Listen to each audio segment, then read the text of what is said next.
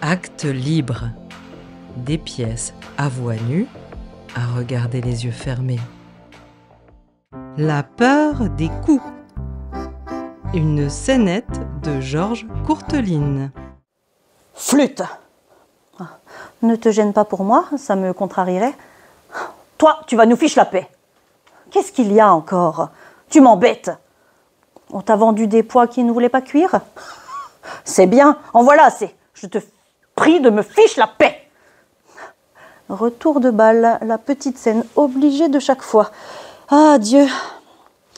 Ce n'est pas la peine, il fait jour. Eh bien, tu ne te couches pas? Non. Pourquoi? Si on te le demande, tu diras que tu n'en sais rien. Comme tu voudras.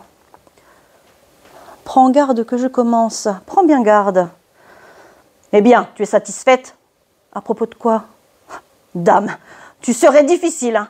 Tu t'es assez, hein. Oh, n'use pas de ta salive. Je sais ce que tu vas me dire. Je me suis fait ploter? Oui, tu t'es fait ploter. Là.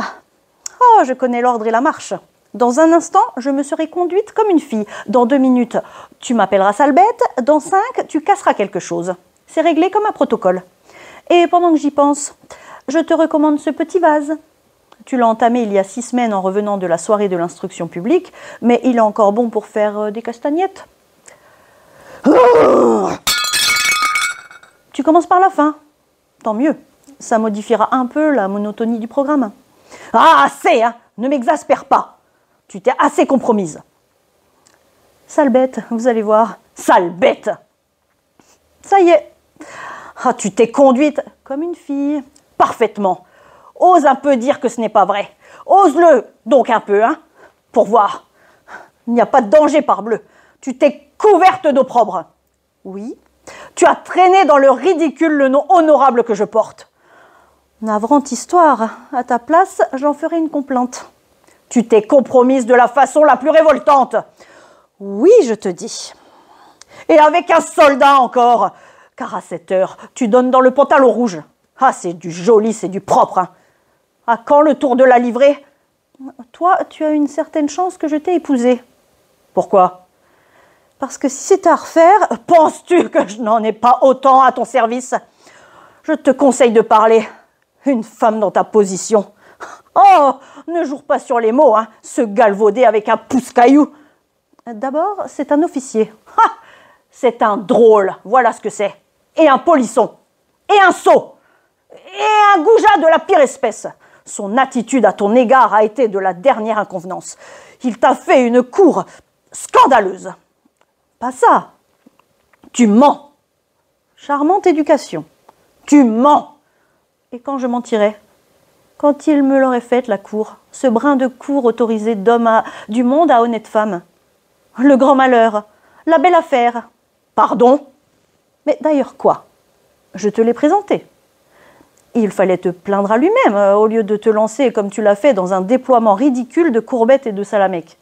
Et mon capitaine par-ci, et mon capitaine par-là, et enchanté, mon capitaine, de faire votre connaissance. Mais ma parole, c'était écœurant de te voir ainsi faire des grâces et arrondir la bouche en derrière de poule, avec une figure d'assassin. Tu étais vert comme un sous-bois. Seulement voilà, ce n'est pas la bravoure qui t'étouffe. Alors, tu n'as pas osé. Comme le soir où nous étions sur l'esplanade des Invalides, à voir tirer le feu d'artifice et où tu affectais de compter les fusées et de crier « 7, 8, 9, 10, 11 !» Pendant que je te disais tout bas, il y a derrière moi un homme qui essaie de passer sa main par la fente de mon jupon. Fais-le donc finir. Il m'ennuie. Oh, je ne sais pas ce que tu me chantes avec ton histoire d'esplanade. Mais pour en revenir à ce monsieur, si je ne lui ai pas dit ma façon de penser, c'est que j'ai cédé à des considérations d'un ordre spécial. L'horreur des scandales publics. Le sentiment de ma dignité. La peur bien naturelle des coups, etc., etc. Tu es plus bête qu'un troupeau d'oies. Ah, et puis ne ris pas comme ça, hein. Je sens que je ferai un malheur. La peur des coups, la peur des coups. Bien sûr, oui, la peur des coups. Tu n'as pas de sang dans les veines. C'est de moi que tu parles? Non, du frotteur. Par exemple, Ah, celle-là, elle est raide. Moi, je n'ai pas de sang dans les veines. En 6 mois de temps, j'ai flanqué 11 bonnes à la porte. Et je n'ai pas de sang dans les veines. D'ailleurs, c'est bien simple, où est l'encre? Je ne voulais pas donner suite à cette affaire. Ah, ça, je m'en doute. Mais en me réservant de dire son fait à ce monsieur le jour où je le rencontrerai. Mais puisque tu le prends comme ça, c'est une autre paire de manches. Je vais vous faire voir à tous les deux, à cet imbécile et à toi, si j'ai du sang dans les veines, oui ou non, et si je suis un monsieur qui a peur des coups. Monsieur, votre attitude à l'égard de ma femme a été celle du dernier des goujats et du dernier des paltoquets. Oh, ne fais donc pas l'intéressant. Tu sais très bien que tu n'as pas son adresse. J'ai son nom et le numéro de son régiment. C'est suffisant, et au-delà. Pas de sang, pas de sang. Non mais c'est du sang qu'il te faut. Eh bien ma fille, tu en auras. Et plus que tu ne le penses peut-être. Voilà un petit mot de billet dont je ne suis pas mécontent et qui n'est pas, j'ose le prétendre, dans un étui à lunettes. Bon, qu'est-ce que tu attends? Ben, la lettre, pour la faire mettre à la poste. Il est 8 heures, la bonne est levée. Voici. Ah, et puis non, en fait, je la mettrai moi-même à la boîte. Je serai plus sûr qu'elle arrivera. À Pâques? À Pâques. Ou à la Trinité, le jour où M. Malbro rentrera dans le château de ses pères. De l'esprit, le temps va changer.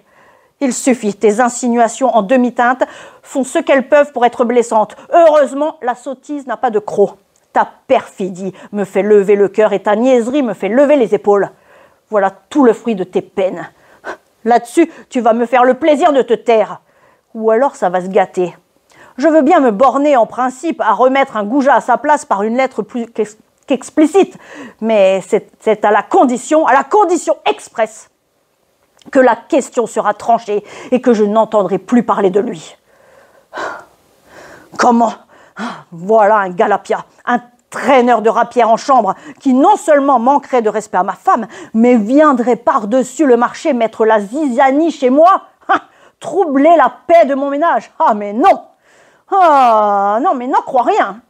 Donc, tu peux te le tenir pour dit.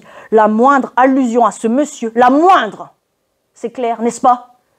Et ce n'est plus une lettre qu'il recevrait de moi. Et qu'est-ce qu'il recevrait? Mon pied. Ton pied. Mon pied en personne, si j'ose m'exprimer ainsi. Veux-tu que j'y aille tout de suite? Oh, je t'en défie. Ne le répète pas. Je t'en défie. Fais attention.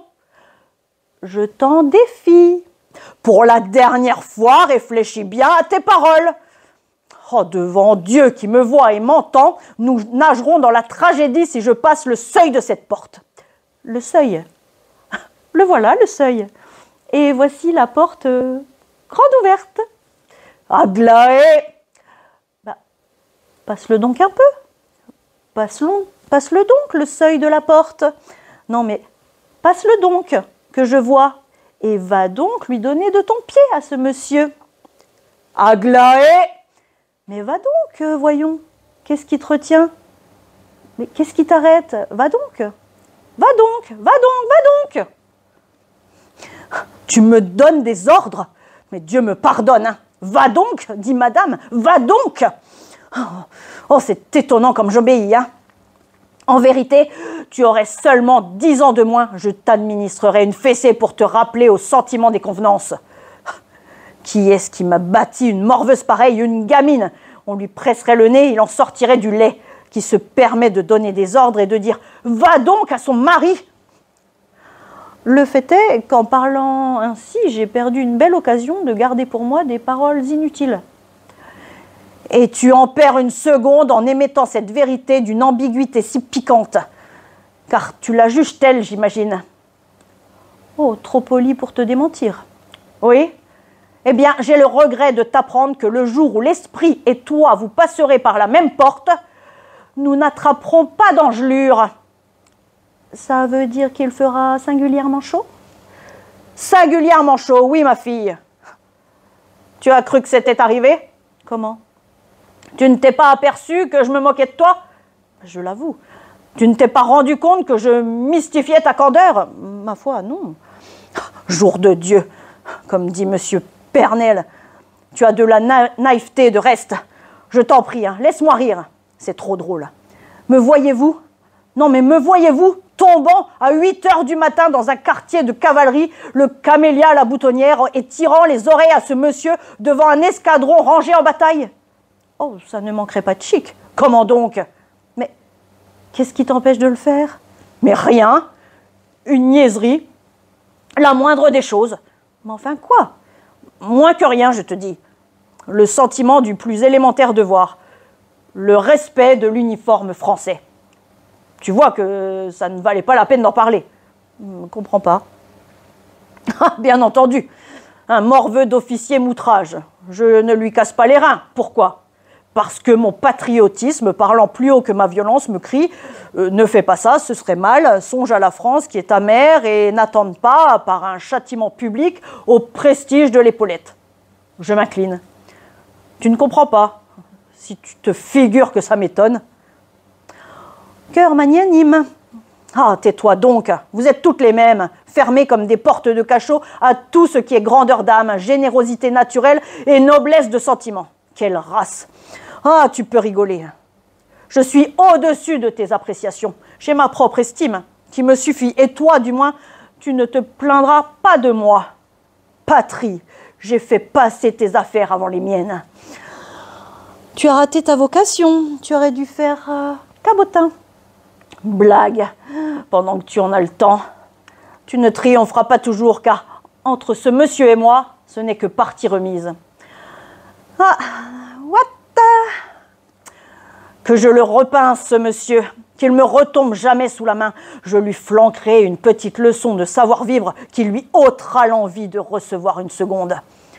Tu dis des bêtises. Je lui referai une éducation, moi, à ce monsieur. Mais oui, avec mon pied dans le derrière. C'est convenu. Tu ne me crois pas? Je ne fais que ça.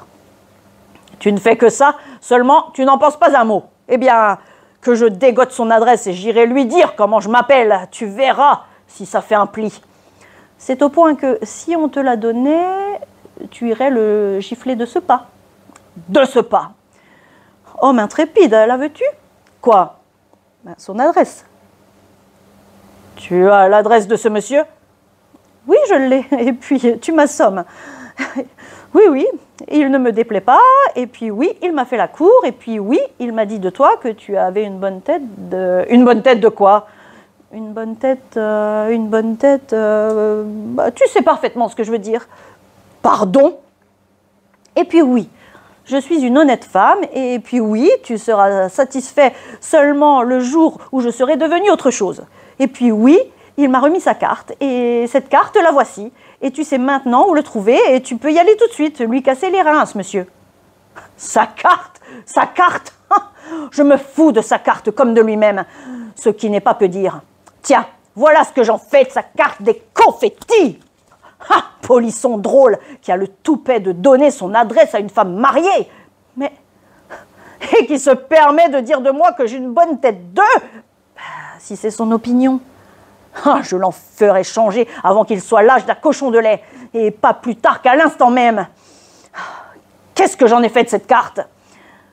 Rue Grange Batelière, 17. Un nom d'un chien, je l'ai égaré. Ah, ces choses-là n'arrivent qu'à moi. Rue Grange Batelière, 17. Ah, il n'y a pas de veine. Hein. On a bien de raison de le dire. Range Batelière, 17. Quoi, rue Grange Batelière? Quoi, rue Grange Batelière? Est-ce que tu vas me raser longtemps avec ta rue Grange Batelière? D'abord, qu'est-ce que c'est que ces façons d'élever la voix, puisque, quand je parle, et de causer en même temps que moi? Et ce monsieur. Ah, je t'y pince, hein. Tu voudrais détourner la question, fine mouche. Moi? Je te prends la main dans le sac, flagrant délit d'impertinence. Alors toi, tout de suite, ce monsieur... Tu es roué comme une potence seulement, voilà, ça ne prend pas avec moi, ces malices cousues de corde à puits. Pas une minute. Fais-toi bien assez d'idées-là. D'ailleurs, tout ça, je sais de qui ça vient. Mais ça vient de quelqu'un? Ça vient de ta mère. Mais ça, c'est un comble, par exemple. Qu'est-ce que maman a à voir là-dedans? Elle a à voir que si jamais elle remet les pieds ici, je la prends par le bras et je la flanque à la porte. Mais non, mais... Absolument. Et quant à toi, je te défends de retourner chez elle. Ou c'est à moi que tu auras affaire.